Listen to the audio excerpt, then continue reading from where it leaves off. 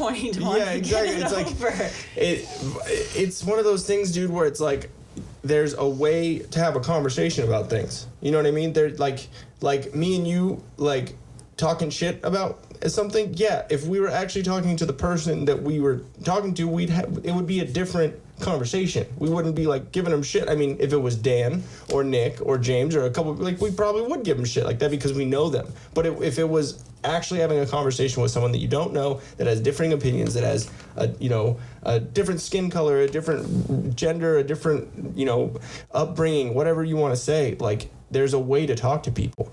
And if you're and there's a way to go about your business and your actions to show what you want, how you can, and all this is doing is causing more rifts in society, and it's causing more racism. Like in no way will I ever say that there is no racism. Obviously there is, and that's not just in America. That's everywhere else in the world. Like, so to sit here and say that. To sit here and say that all racism needs to be abolished, well, then you need to get rid of humans' judgment in their head.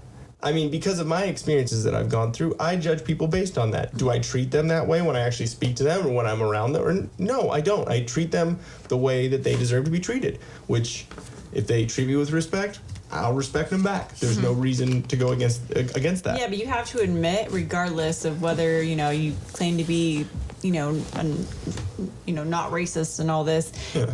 Everyone now is like super aware of others, and like in your head, if you were walking somewhere and you saw like a group of black people, you immediately judge and are like, well, yeah, exactly. Just like if there was a black dude walking around and they saw a group of white people that looked a certain way, that I understand it from both sides. But treating a whole group of people and actually acting on those actions and whatever, and saying fuck white people and white male privilege and like all this fucking shit, like it's generalizations. And how many times have I told you I don't like speaking in generalizations? Like obviously joking around, whatever, like that's a different thing. But when having a serious conversation, like speaking in generalizations just kind of makes you look stupid, because it makes you look like you think that everyone from a certain race, color, creed, gender orientation, whatever you want to say, is an idiot.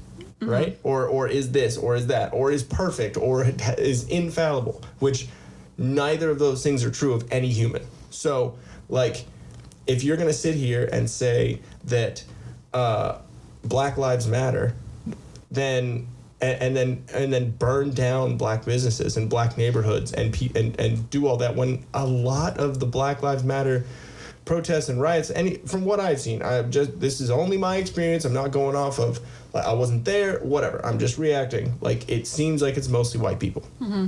And in looking at it, actually what has happened, that seems like it'd be a good thing, right?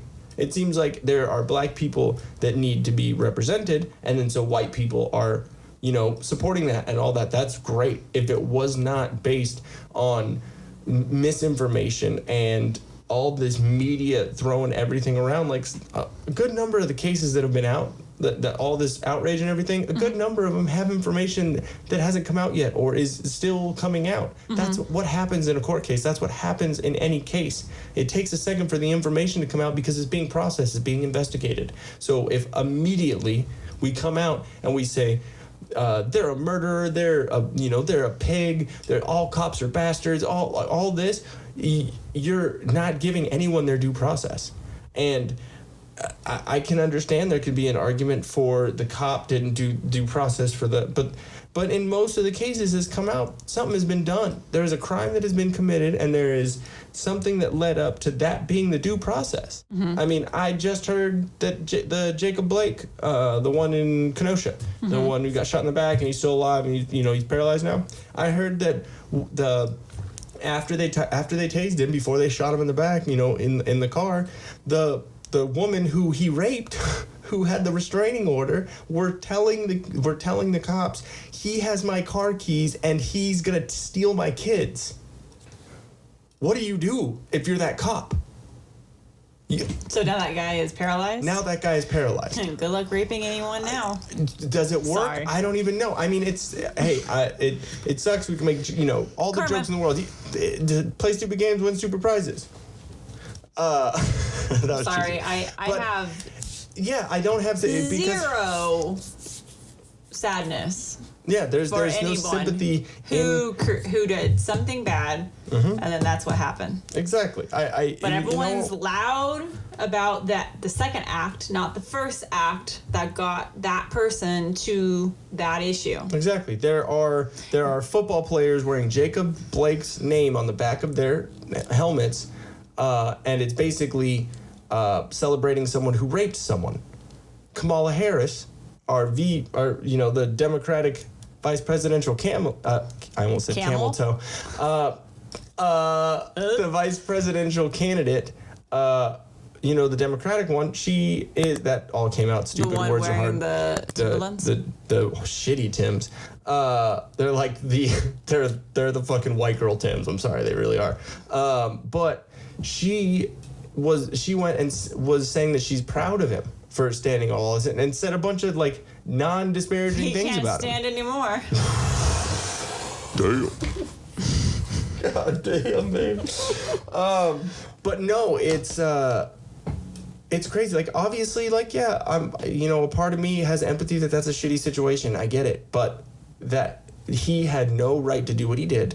And he wrestled with the cops. They tried to tase him twice, so they tried non-lethal uses of force, right? And then there's someone that says, again, this is just the one info that that got I've shot seen. while climbing the fence? No, no, not that taser one. Oh, okay. That was just a random one. That was good. Okay. No, he was In the butthole. There's the video of him going around a van, and then the cops following him, opening the door and reaching, and then they're grabbing for his shirt. Guy. Okay, okay. And so, Just too many. I mean, there's so much of all this, and everyone is. No one's looking at, or most people are not looking at the actual crimes committed or what led up to this thing, because we have this thing in our society, which is what victim blaming, right? So you can't say you can't say anything about someone that gets into a situation. You can't say, well, like, what the fuck did they do? Mm-hmm. You know what I mean? Like, you can't say that anymore because now you're being racist, especially if it's a white cop and a black person. You can't say that.